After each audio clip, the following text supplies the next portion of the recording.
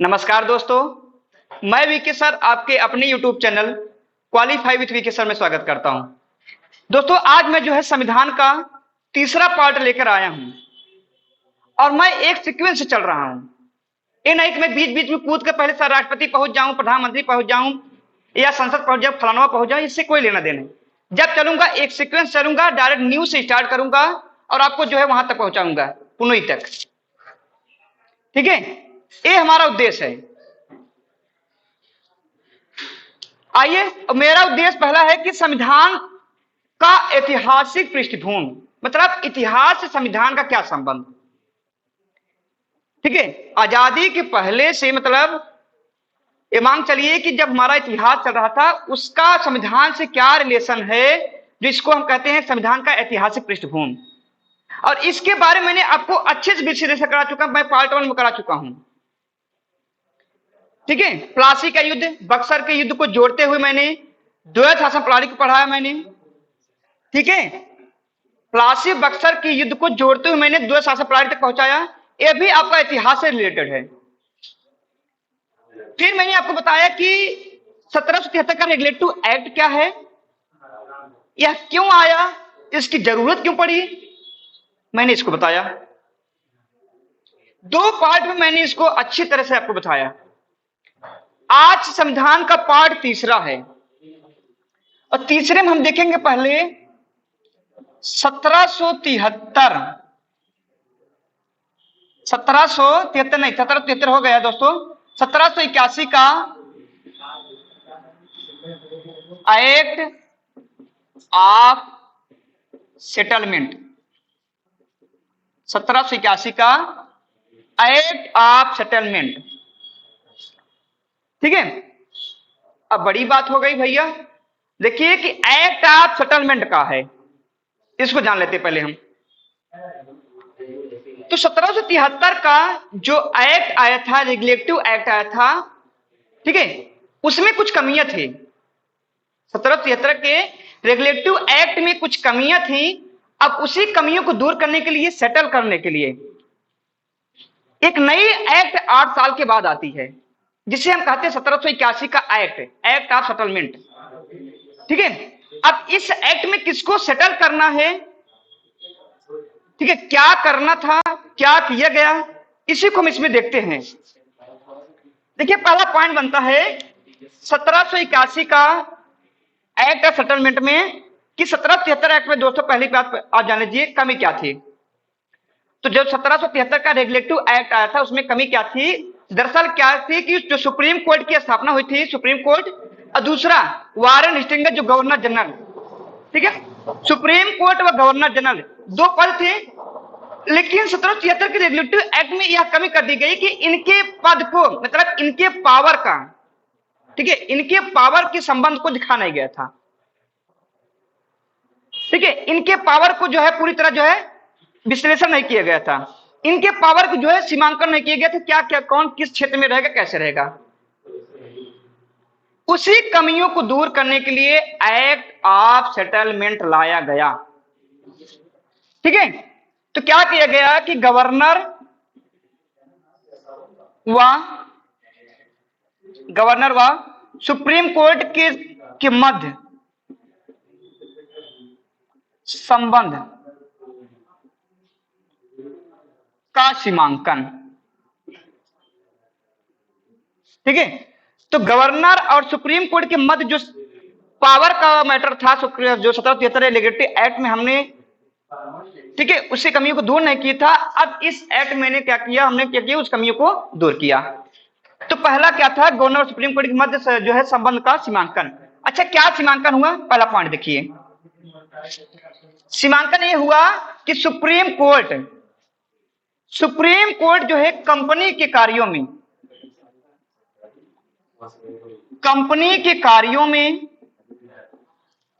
Supreme court company के कार्यों में,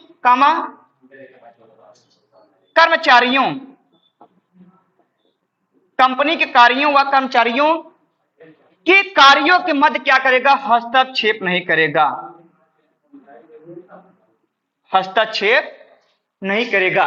पहला पॉइंट, सुप्रीम कोर्ट क्या करेगी, कंपनी के कार्य कंपनी की शासन प्रणाली तथा कंपनी के जो कर्मचारी हैं उनके कार्यों में जो है हस्तक्षेप नहीं करेगी, या कहिए गवर्नर के कार्यों में जो है सुप्रीम कोर्ट हस्तक्षेप नहीं करेगी। दूसरा पॉइंट क्या बनता है, दूसरा पॉइंट ये बनता है कि सुप्रीम कोर्ट, अब सुप्रीम कोर्ट के लिए क्या कहा गया है, सुप्रीम कोर्ट जब भी न्याय देगा या सुप्रीम कोर्ट जब भी अपने आदेश को जो देखा, जब भी न्याय देगा, जब भी अपना आदेश देगा कोई भी, तो क्या करेगा, जो भारतीय हैं, भारतीयों के रीति रिवाज, धर्म व परंपरा को देखते हुए करेगा। अर्थात सुप्रीम कोर्ट जब भी कोई चीज आदेश देगा या न्याय प्रदान करेगा, ठीक है, तो क्या करेगा कि भारतीयों के जो रीति रिवाज है, धर्म है, परंपरा है, उसको ध्यान में रखते हुए करेगा। ठीक है, ये तीसरा काम हो गया। चौथा पॉइंट क्या था एक्ट ऑफ सेटलमेंट का, इस पॉइंट में क्या किया गया, कलकत्ता के गवर्नमेंट को, कलकत्ता की सरकार को क्या किया गया, बंगाल, बिहार व उड़ीसा, बंगाल, बिहार व उड़ीसा में क्या किया गया, जो है विधि निर्माण करने की शक्ति दी गई, विधि निर्माण करने की शक्ति दी गई। ठीक है, ये 4 पॉइंट आपके 1781 का एक्ट ऑफ सेटलमेंट है। किसी बुक में दिया है, किसी बुक में नहीं दिया है। ठीक है, फिर जान लीजिए 1773 का रेगुलेटरी एक्ट क्या है।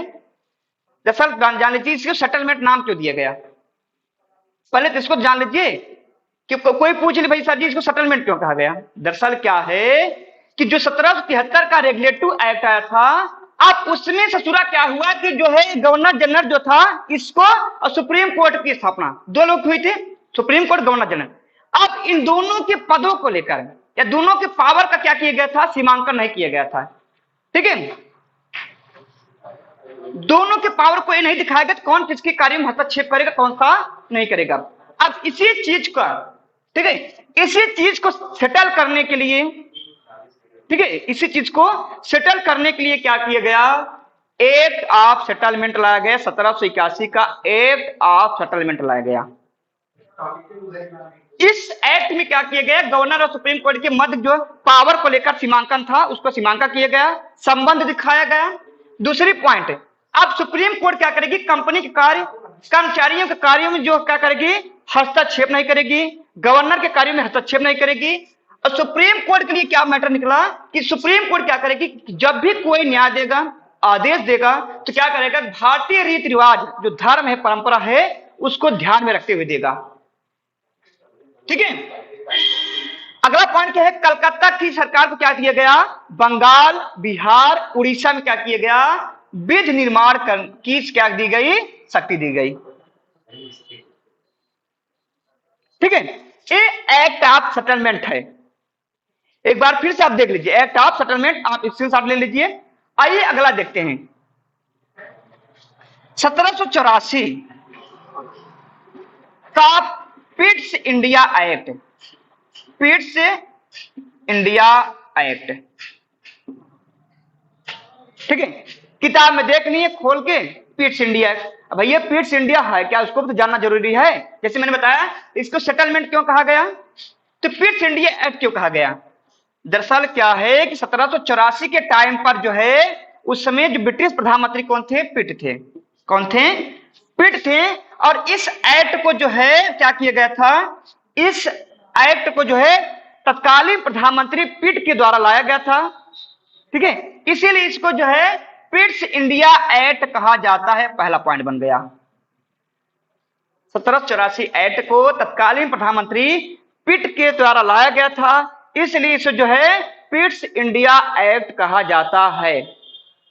पहला पॉइंट हो गया। आइए दूसरा पॉइंट देखते हैं। अब बताइए ये एक्ट आया क्यों। ठीक है, यह एक्ट आया क्यों, तो देखिए जो 1773 के रेगुलेटिव एक्ट में कमियां थी, उसकी कुछ कमियों को दूर करने के लिए क्या किया, 1781 का एक्ट ऑफ सेटलमेंट लाया गया।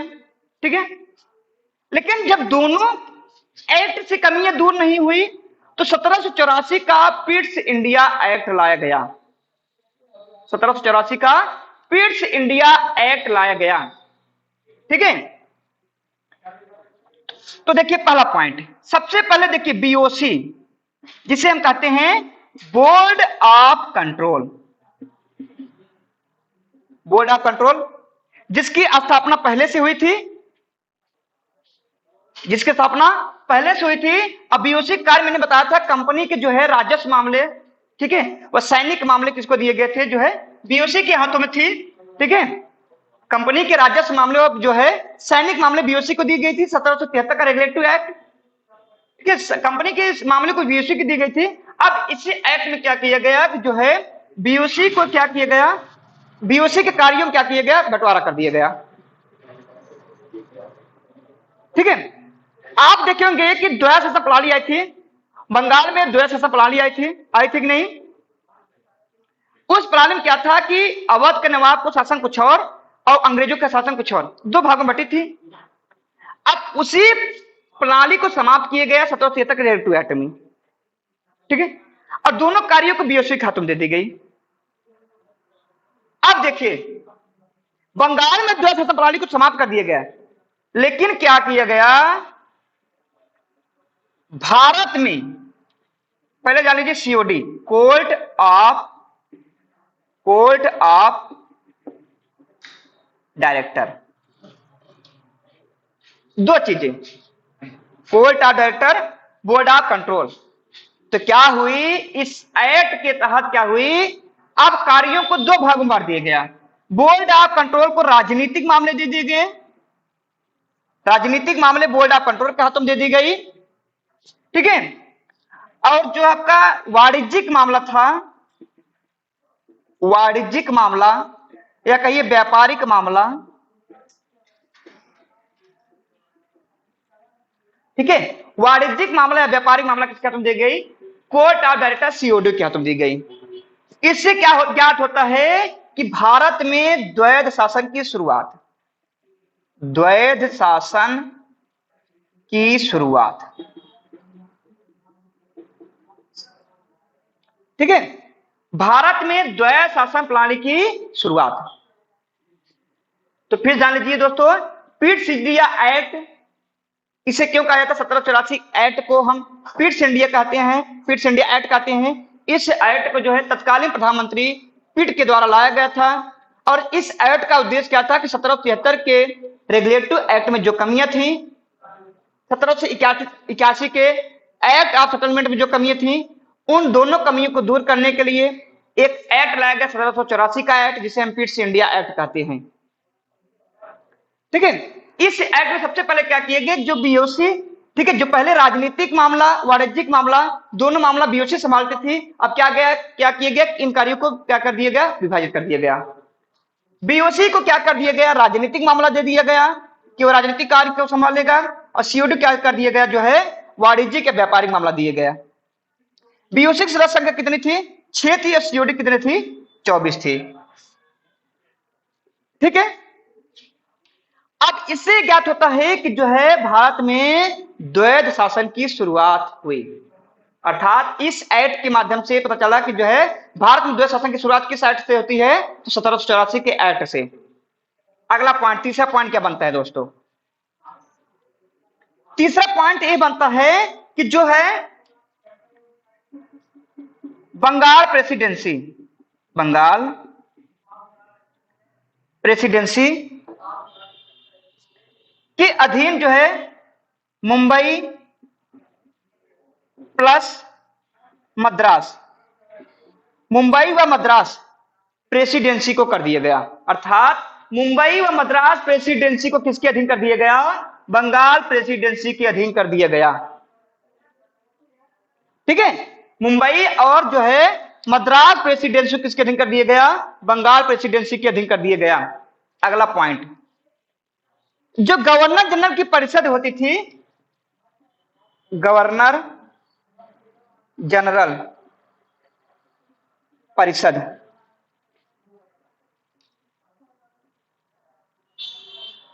की संख्या 4 से घटकर कितने कर दी गई, 3 कर दी गई। गवर्नर जनरल परिषद की संख्या को क्या कर दिया गया, 4 से घटाकर क्या कर दिया गया, 3 कर दिया गया। ए इसमें काम हो गया, महत्वपूर्ण कार्य। ठीक है, अब आगे देखिए, एक पॉइंट और बनता है दोस्तों, एक पॉइंट हम यहां पर दिखा देते हैं आपको।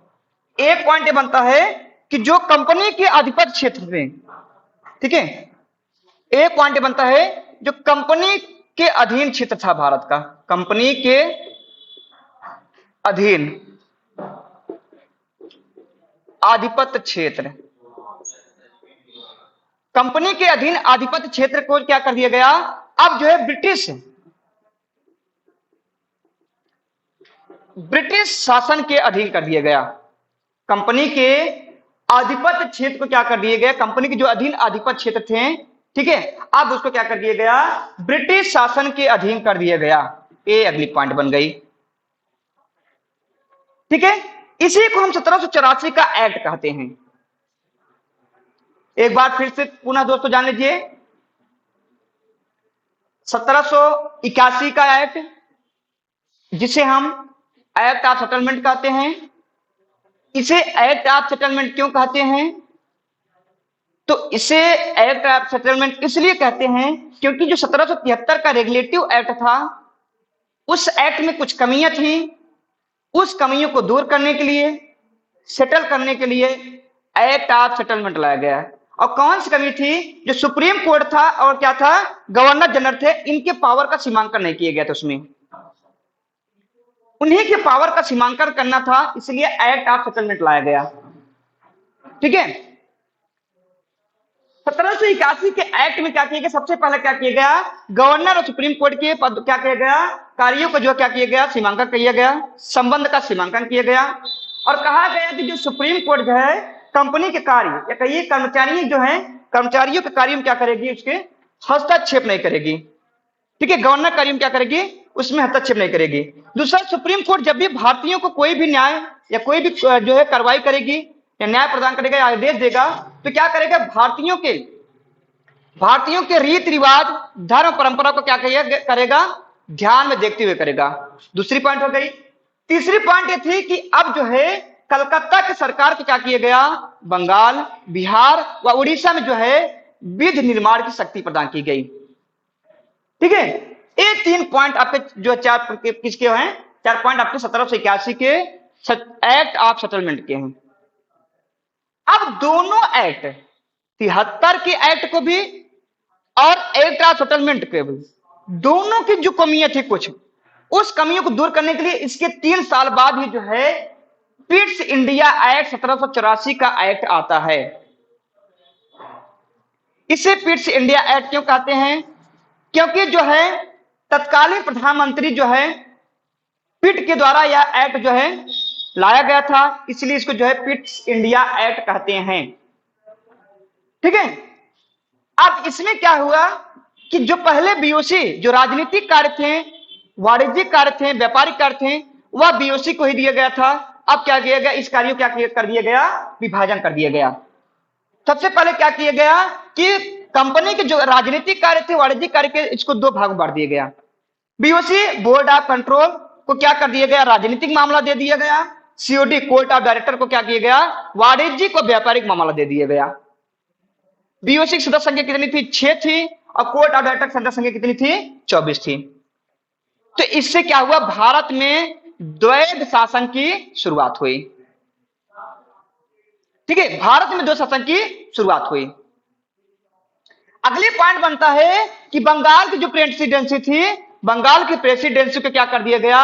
ठीक है, अब बंगाल की प्रेसिडेंसी के अधीन मुंबई प्रेसिडेंसी व मद्रास प्रेसिडेंसी को कर दिया गया। अर्थात अब मुंबई प्रेसिडेंसी और मद्रास प्रेसिडेंसी किसके अधीन रहेगी, बंगाल प्रेसिडेंसी के अधीन रहेगी। ठीक है, अगली पॉइंट बनती है कि गवर्नर जनरल की जो परिषद में सदस्य संख्या कितनी होती थी, 4 होती थी, अब कितना कर दिया गया, 3 कर दिया गया। गवर्नर जनरल परिषद की सदस्य संख्या जो है 4 से घटाकर 3 कर दिया गया। अगली पॉइंट, जो कंपनी के अधीन आधिपत्य क्षेत्र, जैसे जब कंपनी आई थी, जो भारत में जिन क्षेत्रों को आधिपत्य मतलब जमाए थे, कब्जा किए थे, अब वो क्षेत्र किसके अधीन कर दिए गए? ब्रिटिश संसद के अधीन कर दिए गए या ब्रिटिश शासन प्रणाली के अधीन कर दिए गए। ठीक है, ये आपका 1784 का पिट्स इंडिया एक्ट है। ठीक है दोस्तों, दोस्तों अगर क्लास अच्छी लगी हो, इसे अधिक से अधिक लोगों तक शेयर करिए, ताकि और भी लोग जो है, जो एक्ट है, संविधान का सबसे टफ पोर्शन आता है कहा जाता है इसको, इसका लाभ उठा सके, इसको अच्छे से समझ सके। मैंने इसको जो है अच्छे से डिस्क्राइब किया है। ठीक है दोस्तों, लेकिन एक चीज और आपके लिए एक क्वेश्चन है कि 1784 के एक्ट के समय, आप कमेंट बॉक्स में इसको कमेंट करिएगा, जरूर कमेंट करिएगा। सबसे मोस्ट इंपोर्टेंट क्वेश्चन है कि 1784 के एक्ट के समय, उस समय गवर्नर कौन था? 1784 के एक्ट के समय गवर्नर कौन था? और दूसरा क्वेश्चन यह है कि स्थानीय मतलब प्रशासन का जनक किसे कहा जाता है? भारत में स्थानीय प्रशासन का जनक किसे कहा जाता है? और दूसरी चीज, या कहिए सिविल प्रशासन का जनक किसे कहा जाता है? किस गवर्नर को कहा जाता है? इस क्वेश्चन को दोस्तों जो है कमेंट बॉक्स में आप जरूर करिएगा हमको। ठीक है दोस्तों, आज के लिए इतना ही। अब मैं कल जो है आपको जो है अगला एक्ट लेके आऊंगा और इसी तरह मैं जो उस पर पूरी लेक्चर दूंगा। ठीक है दोस्तों, आज के लिए धन्यवाद।